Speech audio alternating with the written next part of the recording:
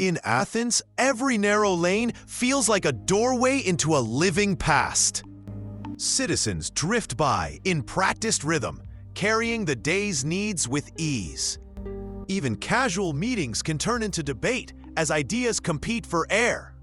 The street widens and the Agora pulls everyone into its restless energy. Calls for fresh olives cut through the noise, promising simple abundance. Nearby, sweet figs and warm bread tempt anyone who thinks they can resist. Children thread through strangers like sparrows, turning errands into play.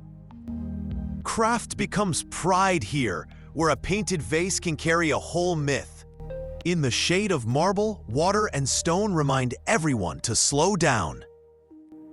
A kithara's melody seems to stitch the crowd together, note by note. When evening nears, families return inward, letting food and flame speak. Back outside, painted walls and familiar routes guide feet without thought. Trade is never only trade, it's friendship, bargaining, and shared humor.